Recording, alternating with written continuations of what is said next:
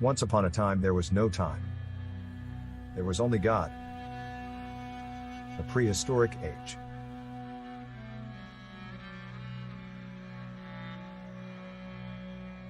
The prehistoric age was a time before man recorded history.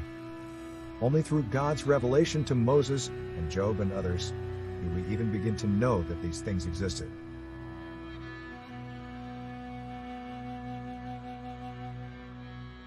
After the fall of man, God drove Adam and Eve out of the garden. We now read in Genesis 6:1-3 this.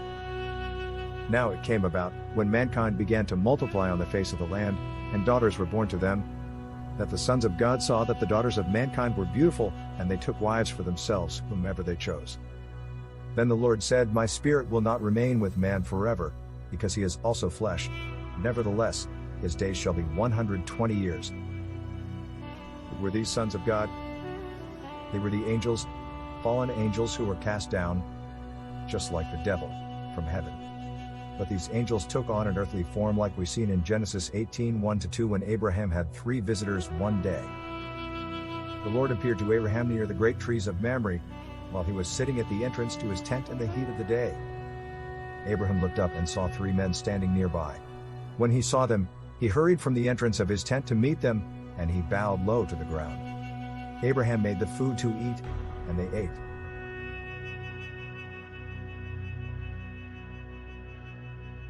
Genesis 6:4 continues to say this. The Nephilim were on the earth in those days, and also afterward, when the sons of God came into the daughters of mankind, and they bore children to them. These were the mighty men who were of old, men of renown. So who were these mighty men of renown? Could these be the mythological gods and goddesses, like Zeus, Hercules, Poseidon, and Athena, and all the others that we consider only myths and legends?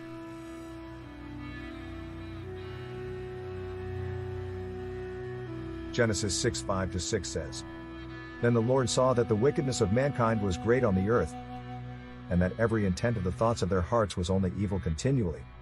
So the Lord was sorry that he had made mankind on the earth, and he was grieved in his heart.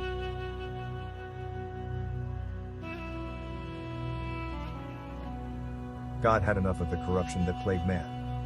And so God brought about a great flood that totally destroyed man and beast, except Noah and his family, along with 2 of every kind of animal and bird and all that crept on the ground. But the question is, was all mankind really destroyed?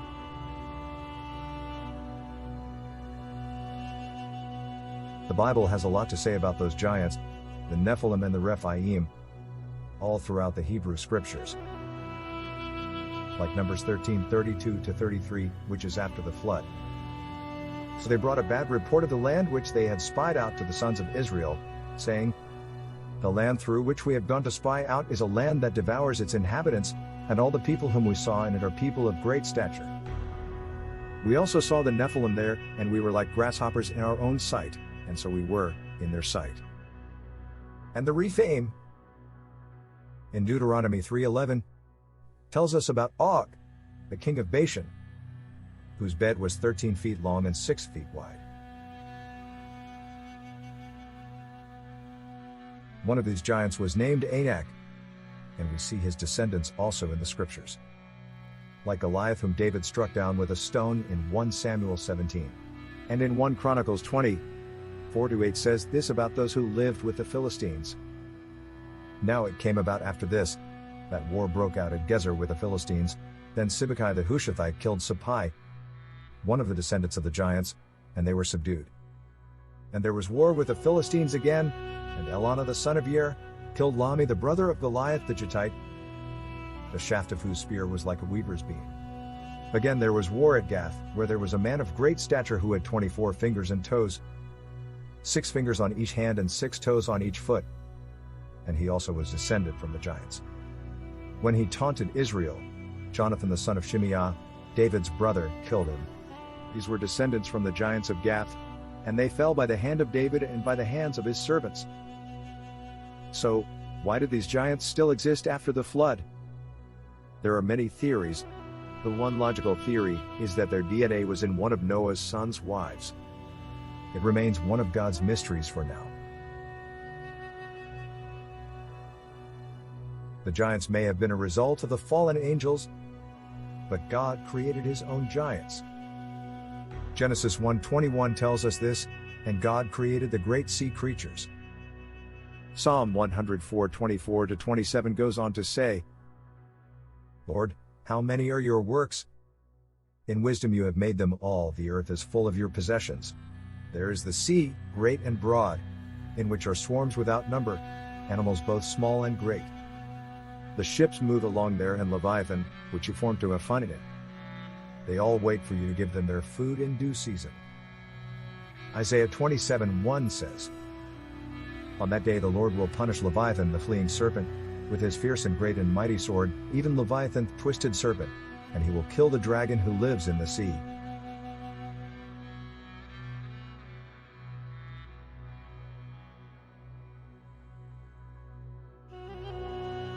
So, who is Leviathan? Job 41 gives us great insight into this sea monster. If you lay a hand on it, you will remember the struggle and never do it again. Any hope of subduing it is false, the mere sight of it is overpowering. No one is fierce enough to rouse it, who then is able to stand against me. I will not fail to speak of Leviathan's limbs, its strength and its graceful form. Who can strip off its outer coat? Who can penetrate its double coat of armor? Who dares open the doors of its mouth, ringed about with fearsome teeth? Its back has rows of shields tightly sealed together, each is so close to the next that no air can pass between. They are joined fast to one another, they cling together, and cannot be parted. Its snorting throws out flashes of light, its eyes are like the rays of dawn. Flames stream from its mouth, sparks of fire shoot out. Smoke pours from its nostrils, as from a boiling pot over burning reeds. Its breath sets coals ablaze, and flames dart from its mouth. Strength resides in its neck, dismay goes before it. The folds of its flesh are tightly joined, they are firm and immovable. Its chest is hard as rock, hard as a lower millstone.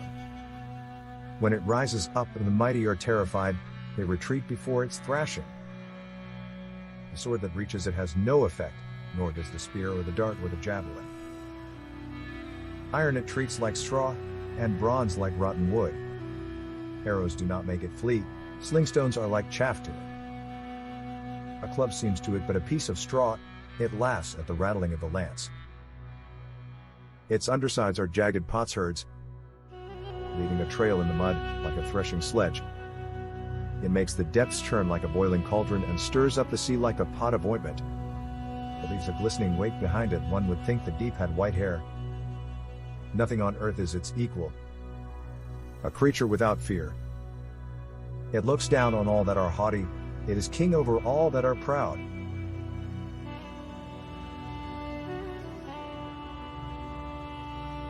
Job speaks of another giant creature. Its name was Behemoth. Job 40:15-24 says, Behold Behemoth, which I made as well as you. He eats grass like an ox. Behold, his strength is in his waist, and his power in the muscles of his belly. He hangs his tail like a cedar, the tendons of his thighs are knit together. His bones are tubes of bronze, his limbs are like bars of iron. He is the first of the ways of God, let his maker bring his sword near. Indeed the mountains bring him food, and all the animals of the field play there. He lies down under the lotus plants, in the hiding place of the reeds and the marsh. The lotus plants cover him with shade, the willows of the brook surround him. If a river rages, he is not alarmed, he is confident, though the Jordan rushes to his mouth. Can anyone capture him when he is on watch? Can anyone pierce his nose with barbs?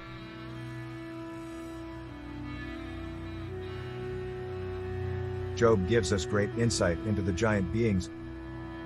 It is believed that Behemoth was a giant hippopotamus and Leviathan was a crocodile and even a dragon. As big as they may have been, Job tells us that they were plant eaters. We know that dinosaurs did exist, and even bird-type dinosaurs. The name dinosaur comes from the Greek word which means terrible lizard. There were giant reptiles, water reptiles, and other giant animals. We all know about the woolly mammoth and its cousin, steppe mammoth, that was 13 to 15 feet tall, with giant tusks. There were giant beavers, 8 feet in length and over 200 pounds. Pigs bigger than rhinoceros, 6 feet high, called L pigs. Sloths larger than elephants, weighing 9,000 pounds. Giant otters, weighing 110 pounds.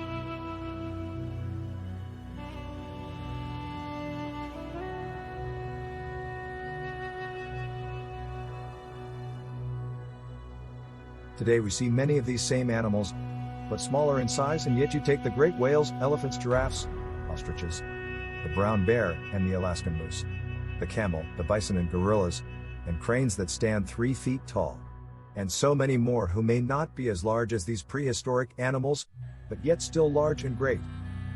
All of these prehistoric animals would have lived in the Garden of Eden with Adam and Eve. We know that Adam named all of the animals. So what happened to these great animals that God created? Did they vanish in the flood?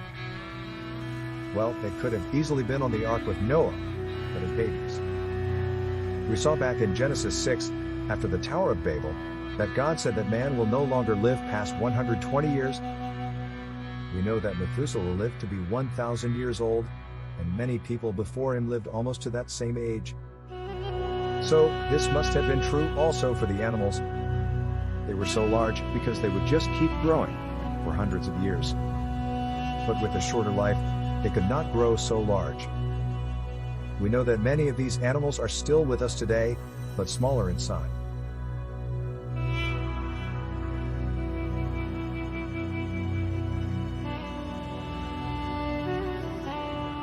But after the flood, God said to man that he could become a meat eater, as we read in Genesis 9:2-4. The fear of you and the terror of you will be on every animal of the earth and on every bird of the sky, on everything that crawls on the ground, and on all the fish of the sea. They are handed over to you. Every moving thing that is alive shall be food for you. I have given everything to you, as I gave the green plant. But you shall not eat flesh with its life, that is, its blood. So now animals became prey for man and other animals. This left animals to live a shorter life. Man was hunting them down for food, and for their pelts and skins. Animals were also hunting each other down, so this brought about their extinction. No doubt change in man's environment would change their environment also, and weather conditions added to their lifestyle, and so many other factors. This we know that once upon a time, giant men and animals lived together. One day, we know that God will restore the Garden of Eden, and man and animal will live in harmony, and so it will be with all the animals, as we see in Isaiah 11:6-9. And the wolf will dwell with the lamb, and the leopard will lie down with the young goat, and the calf, and the young lion, and the fattened steer will be together, and the little boy will lead them. Also the cow and the bear will graze, their young will lie down together, and the lion will eat straw like the ox. The nursing child will play by the hole of the cobra, and the weaned child will put his hand on the viper's den. They will not hurt or destroy in all my holy mountain, for the earth will be full of the knowledge of the Lord, as the waters cover the sea. Maybe one day, you will still see one of those dinosaurs that you have always wanted to see.